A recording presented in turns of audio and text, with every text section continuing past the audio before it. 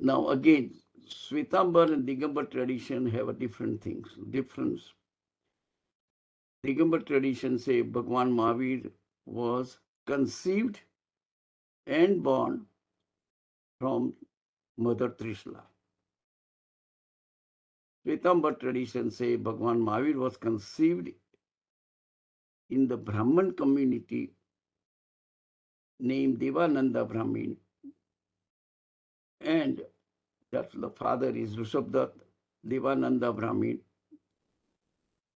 and the fetus got transferred after certain time, somewhere around like I don't remember exact time, but generally somewhere around 60 days or 70 days time period.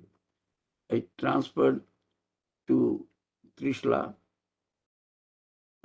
Kshatriyani, and that's the kind of the argument. I don't want to go through it, but whichever sect you belong to, that's the that is the things they believe.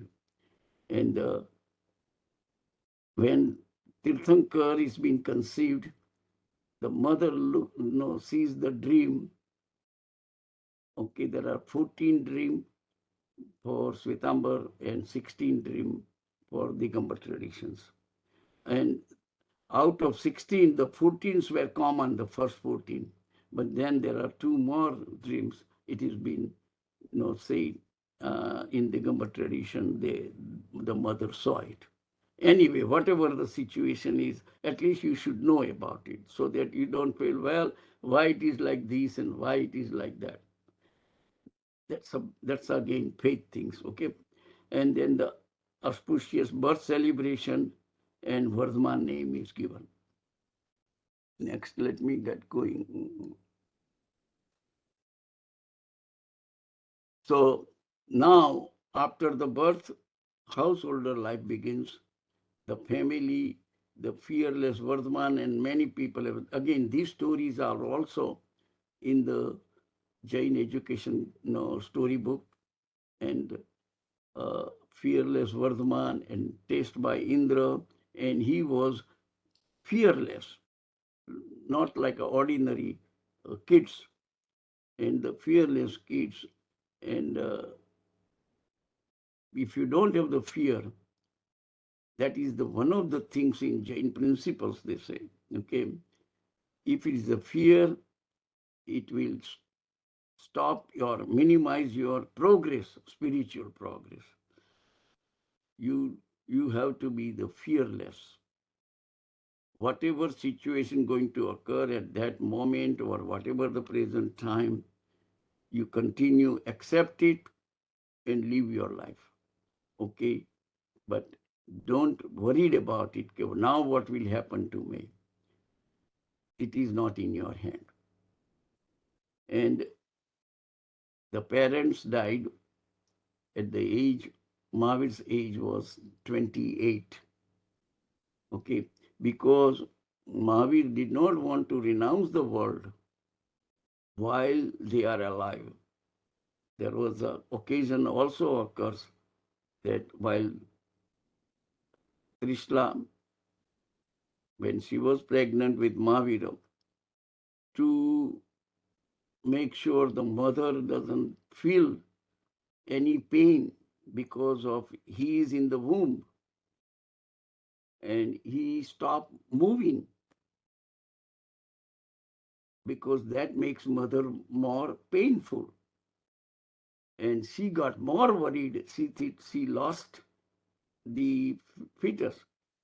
Okay, and that's how he started moving back, and he took a vow while he was in the womb of Mother Trishla that I will not renounce the world as long as my parents are alive, because I will not be able to bear, they will not be able to bear me departing the house. So it took, look at it, see the quality of person, that he is making sure the parents are not being hurt for any of his action. That's the key point. No, if you got to look into it. And then when the death occurred, he goes to his older brother and shows his wish. He wants to renounce the world. And the older brother said, please wait for a couple of years. Then I will let you go. Because the parents is just passed away. Now you are going to leave. That will be very hard for me to accept it. He obeyed it. See, this is the kind of the life, even householder life. And at the age of 30, he got Diksha. He renounced the world. Here are the family relationship. If you look at the first mother was according to Swetambar tradition, and I think I told you, I don't want to repeat that things again and again. Divananda and father is Rishabdant. One important aspect is there.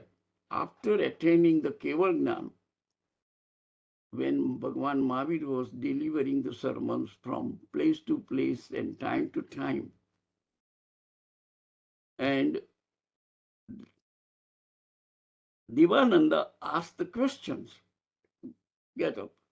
And at that time, Divananda realized the motherly nature. I mean, you can see the face of the mother. And Gautam Swami later on asked, why did Divananda look like your mother? And Bhagwan Mahavir explained, this is in our scripture, okay? Explained that they are my parents. That's what they explain it. That is the only written things available in the scripture, okay? And that also you have to read about it. Then the second mother and father, like Trishla and Siddharth, that's where all the childhood life lived with Trishla Devi and Siddharth King. And at the age of 30, 28, they both passed away. And at the age of 30, Bhagwan Mahavir left. His elder brother is Nandivardhan, sister-in-law is Jetsna, sister is Sudarshana. Bhagwan Mahavir were two brothers they were, and one sister is Sudarshana. Bhagwan Mahavir, according to Swetambar tradition, got married. According to Digambar, no, he never married. But again, the wife is Yashoda. Those Swetambar tradition says the daughter is, and not only that they married, they had one daughter, and that is the Priyadarshana. And she got married because in the old time, generally the people get married earlier age. Okay, 15, 16 years, the girls get always married. I mean, if you look at the old stories and all that one. And then later on, Priyadarshana had granddaughter, that means daughter also, Sheshwati. So these are the kind of the Bhagwan Mahavir's life. And uncle is Suparswa, and the sister, a son-in-law is the Jamali. That is the husband of his daughter Priyadarshana. Both Priyadarshana and Jamali took the Diksha after Bhagwan Mahavir attained Keval Gnan. Okay, so, and you will find out these kind of the stories.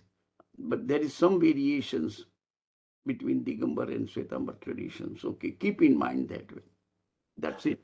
So this is the family situation I told. Now, life as an ascetics.